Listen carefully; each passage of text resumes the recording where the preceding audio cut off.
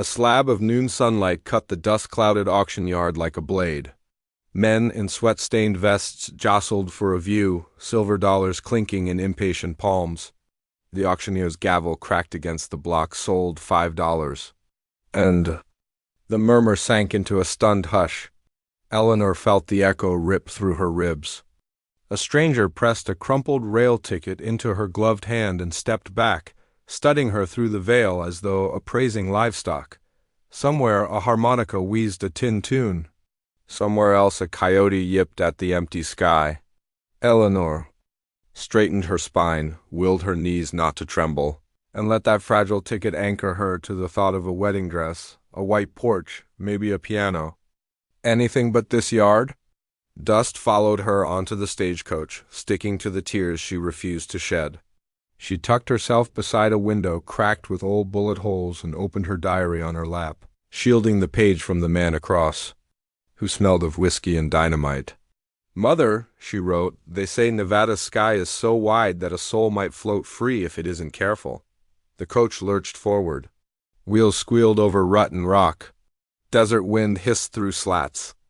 Eleanor watched a storm gather on the horizon clouds black as coal. Dust billowing over sagebrush and tried to turn the omen into hope. Rain meant life, even in the wastelands. Yet every jolt rattled loose another worry. What if the groom was cruel? What if he wasn't a groom at all? She pressed her pen harder until the nib carved the word believe. On the fifth dawn, Silver Gulch rose like rusted teeth gnawing at the mountainside. Shanties of warped lumber leaned into slag piles.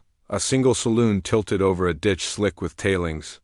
The stagecoach halted by a sign that read braids and contractors, same arrow, same crooked letters. Eleanor stepped down, smoothing her faded blue traveling dress. No welcoming smile awaited her. Instead, a broad-shouldered man in a foreman's coat strolled forward, rope burns on his palms and a ledger tucked beneath his arm. "Miss Eleanor Lark?" His eyes flicked to her ticket. "Yes, where is Mr. Caldwell?" He wrote, "Caldwell." Sold his contract. The man's smile never touched his eyes. "Name's Dane. I run the mine that keeps this hole breathing. My husband?" The word tasted like sawdust. "You'll sign here." Dane produced a paper stamped with territorial seals and scrawled percentages. Term of labor, room and board, payable at $2 a week. Canteen deducted, dress allowance, if you last the month. Eleanor's stomach lurched. There was to be a wedding.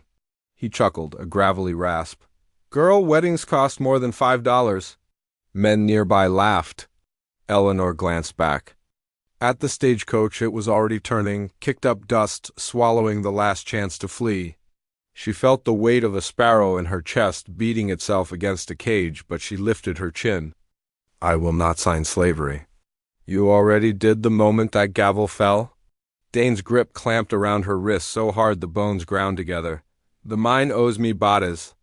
"You're breathing, aren't you? Then you'll do." He marched. Her past heaps of tailings that steamed like open wounds, past women in soot-streaked trousers hauling rock sleds.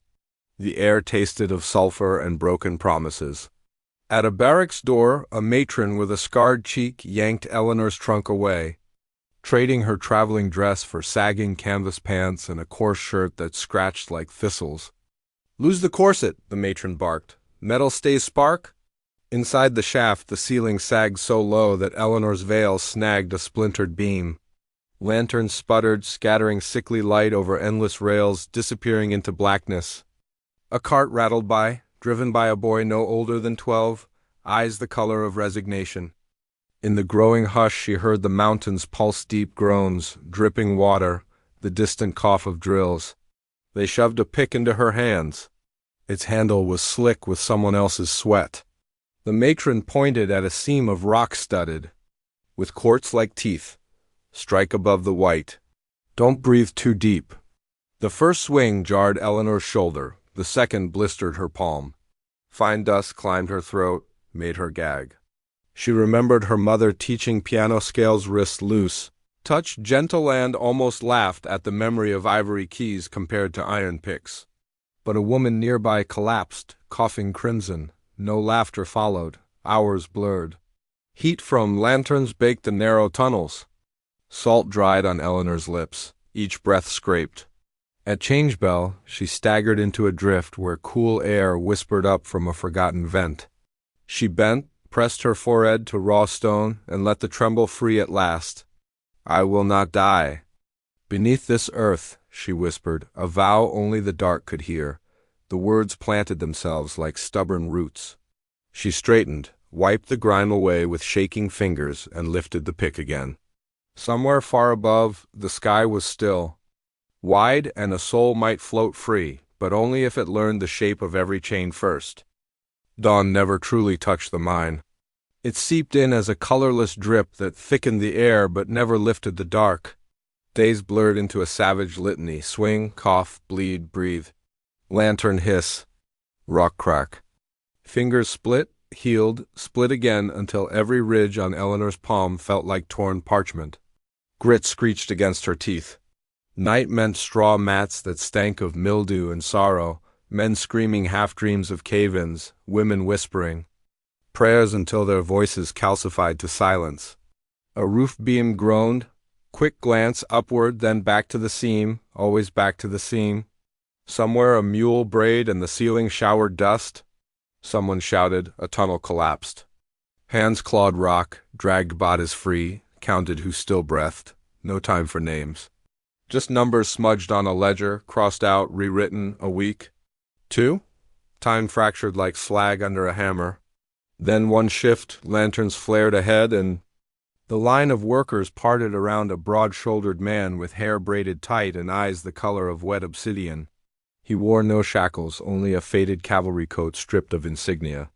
Red Bear, they whispered, a Paiute scout hired to map fresh. Seems. He moved soundless as smoke, marking walls with charcoal glyphs nobody else could read. Cruelty slid off him like water off granite. Yet he watched every lash, every slur, storing them as though cataloging sin. Later that day a tremor shuddered the shaft. The roof sagged. Props splintered. Eleanor felt a breath of cold vacuum then. Darkness roared down like a boulder. Her pick flew. She stumbled, gravel slashing her shins. A chunk of ceiling broke loose. She braced for bone-shattering weight. A hand yanked her sideways. Dust blinded her, filled her ears with roaring emptiness. When it cleared, she was pressed against the wall, protected by shoulders broad as a door. Red Bear said nothing. He simply swept rubble off her sleeve, studied her for fractures, and vanished back into the gloom. Lantern glow swallowing him like a myth retreated. The mine reeled to a halt 3 nights later. Dane dragged a woman into the yard. Maria, a bride who had tried to scale the stockade under moonlight. Rain spit from a charcoal sky, drumming against tin roofs. Dane ordered every worker to watch. Eleanor joined the line, hard a jackrabbit. Maria's wrists were tied to a post, her nightgown plastered to her skin. Dane cracked a braided whip in the mud, the sound slicing the drizzle. First lash raised welts, the second cut flesh. Miners flinched, nobody moved. Eleanor's fingernails bit her palms until blood slicked the dust. By the 5th strike she tasted iron on her tongue, and terror kindled into a slow, seething heat. Dane paused long enough to sneer at their downcast heads. Escape is death, he proclaimed, voice flat as sheet metal. He let Maria slump, half-conscious, and strode off under the sputtering lamps. After curfew, Eleanor lay awake, lungs burning with coal residue and rage. A shadow blocked the barracks doorway. Red Bear stepped in, silent as snowfall. In his fist glinted a battered tin canteen. In his other, something small that caught the lamplight, a shard of opal shot with blue fire. He knelt beside her bunk, set the canteen by her pillow. The water inside was cool, untainted by tailings. Then he placed the opal in her palm and closed her fingers over it. Only then did his gaze meet hers, steady, unblinking. He tapped 2 fingers over his heart, then at the stone. No words, yet a vow passed between them like current through copper, hope, water, light in the dark. Eleanor swallowed the lump in her throat. She mimicked the gesture, hand to heart, then to the stone. His eyes softened by a fraction. Something unspoken settled, fierce and fragile. Without a sound, he turned, fading back into corridor shadows. Outside, thunder rolled across the basin, echoing like distant cannon fire.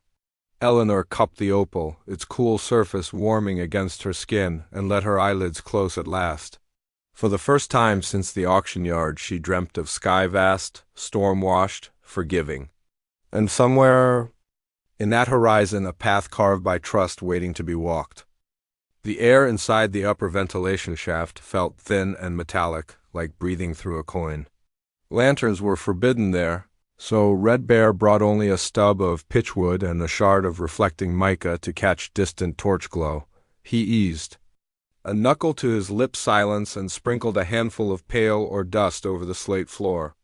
With one calloused fingertip he traced the labyrinth of tunnels, a crooked Y for the main drift, 2 dots for cribs of dynamite, a sweeping curve for the abandoned north vent. I crouched beside him, watching the map appear and vanish as drafts lifted the powder. When a corridor turn puzzled me, he tapped my shoulder twice left. Right, then laid his palm flat at the point of question to show a choke point where guards rarely lingered. No words passed, yet each gesture carved itself deeper than spoken vows. I mirrored his signals, drawing a tiny spiral where smoke would funnel if a blast opened the mountain's lung. He nodded once, solemn, and brushed the map away with a ghost of his hand, letting the dust rejoin the darkness so no curious foreman could read our secrets. Thunder cracked overhead, rolling across the basin like iron barrels. We scrambled down the ladder just as a jagged bolt split the sky outside the adit mouth. Sparks leapt from sagebrush to greasewood, and in a breath, fire sheeted over the ridgeline. Orange glare seeped through shaft seams, turning shadows blood red. Hot wind shoved smoke into the galleries, choking lanterns. Miner screamed for water that didn't exist. I felt the funnel of panic tightening, but Red Bear slapped the rail twice, follow me, then sprinted toward the women's stope. We rapped. Kerchiefs over mouths, doused them in the little water from his canteen, herded coughing brides through coughing darkness. Timber props groaned as heat above us warped the beams. One woman collapsed. I dragged her by the armpits while Red Bear shouldered another. Somewhere in the black behind, a roof plank cracked like a pistol. Grit rained down our collars. We pressed. On step breath, until amber daylight blazed ahead, the ancillary ladderway that climbed straight to a storage loft just below the surface. Smoke billowed upward like a reverse waterfall. We clawed into it anyway. Lungs aflame, but hearts hammering harder. We kicked open the loft hatch and tumbled onto splintered planks of the old assay office. Flames roared in the scrub 100 yards off, but here the stone walls held a fragile pocket of safety. Rain began to fall, hissing on the tin roof, buying us minutes. My forearms were striped where sparks had kissed them. Red Bear's sleeve smoldered. I beat it out, then fetched a dusty tin of lard from a toppled desk, smearing it over the burns. He hissed once, then tore a strip from his own coat and bound the cut on my calf. Half-light glinted off the opal shard still tied at my throat. I told him, between rasping breaths, how Mother taught me to read by kerosene lamp, how I had promised myself shelves of books once I had married West. My voice cracked on the absurdity of it, and tears streaked ash down my cheeks. Red Bear listened, eyes fathomless, then spoke for the first time, 2 words, soft and low: steel. Rails. He drew a line across the dirt floor, then a circle crushed beneath it. The railroad had crossed his people's burial ground. Soldiers burned the winter stores, survivors scattered. He tapped his chest, then the railroad scar he'd drawn. Pain. Recognized pain. Exile mirrored exile. Outside, thunder rolled on, but the wildfire had broken where rain sheeted thicker. Through the doorway we could see Dane's sentries rushing buckets, backs to us. Opportunity flickered. Red Bear angled his head toward the powder magazine perched above the west cut. I understood before he finished the glance. Dynamite enough to blast a tunnel mouth wide? If we could open the northern ventilation gate at dawn, smoke cover and chaos might mask an exodus. I weighed the danger. The blast could bring half the mountain down, but the thought of another sunrise underground tasted worse than death. We counted the brides. 8 left breathing, afraid yet willing. With a charcoal stub, I scratched the escape path on a ledger page, folding it into my boot, night pressed close, wet with soot-scented fog. We slipped from ruin to ruin until we reached the magazine. Red Bear pried the padlock with a railroad spike he carried like a talisman from his old life. Iron squealed but held a heartbeat too long. I thought of Maria's torn back, of the ledger's crossed-out names, and shoved my shoulder against the door. Wood splintered. We gathered 6 sticks, wrapped them in oilcloth, and buried them beneath or in a handcart scheduled for the first shift. No alarm rang, no dog barked. Destiny seemed to hold its breath. Back in the barracks, brides pretended sleep while eyes gleamed in darkness. I passed the plan in murmurs and gestures. Fear quivered but did not break their resolve. Before we parted, Red Bear lifted his hand, thumb to first 2 fingers, then opened it, a sign I had not seen before. Trust. I pressed the opal against his palm, closed his fingers, returned the motion. Dawn would decide whether mountains could bleed freedom, but in that silent exchange I felt something stronger than stone settle between us, a promise hammered on the anvil of shared loss, bright as gunpowder, unbreakable as opal fire waiting for light. Lantern light trembled across the bunkhouse rafters, painting our upturned faces the color of molten honey. 8 of us huddled in a circle, fingers clenched around the opal chips I had broken from my single shard. The stones flickered like trapped. Galaxies, their cold fire warming hope more than any blanket. We spoke in breaths, not words, if dawn kept its promise. We would see the sun from the outside instead of through cracks in rock. Some prayed, some simply pressed their foreheads together. I whispered to the youngest girl that opal is born, where water meets fire. She smiled as though the stone already carried her across that impossible intersection. When footsteps passed outside, we froze, hearts synchronized, then let relief sigh out again. The mountain groaned overhead like an old animal settling. In that hush I caught Red Bear watching from the doorway, nodding once as if sealing a pact. With the dark itself, when the siren wailed for first shift, we scattered to assign drifts. My pulse fought to outrun the minutes.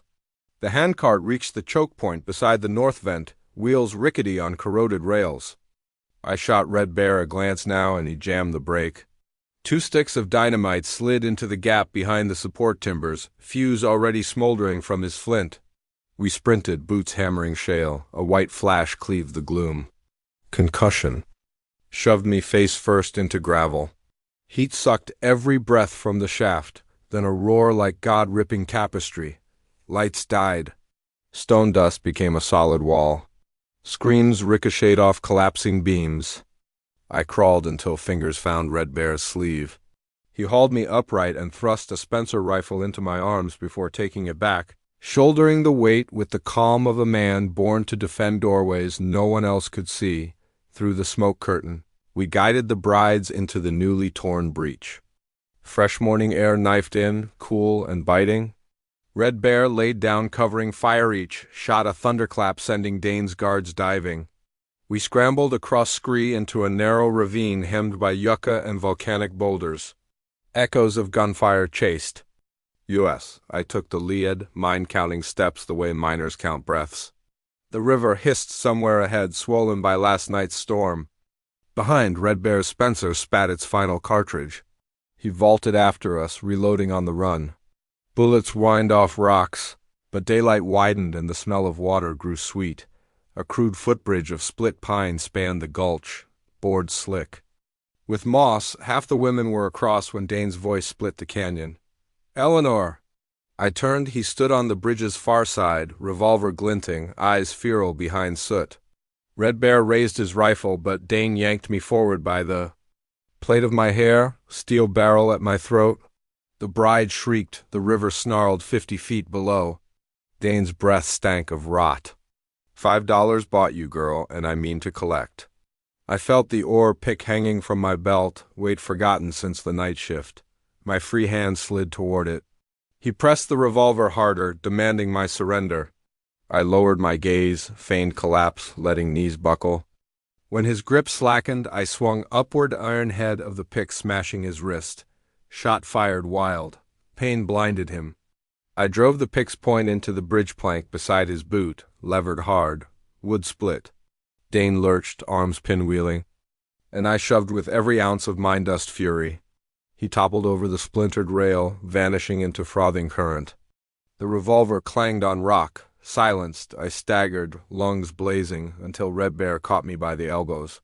No triumph touched his face, only solemn acknowledgement that predators sometimes drown and freedom costs bone as well as courage. We hustled the brides along deer trails until ridges sloped into cottonwood flats. Smoke from the mine curled behind us like a funeral braid. In a meadow of yellow wildflowers stood the Paiute encampment, elders already guiding women to bedrolls, tending blisters, offering pine pitch salve. Children peeked from canvas flaps, eyes wide at our soot-masked faces.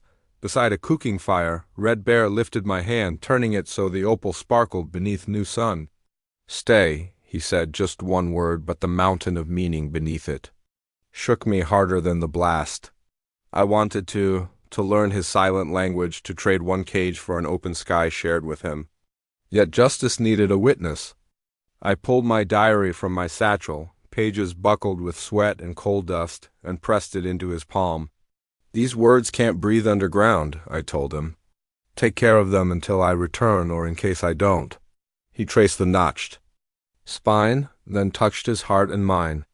I rose, turned toward the rail spur faint on the eastern horizon, and felt his gaze follow like the last warmth of a banked fire. A week later, I will testify before a territorial judge.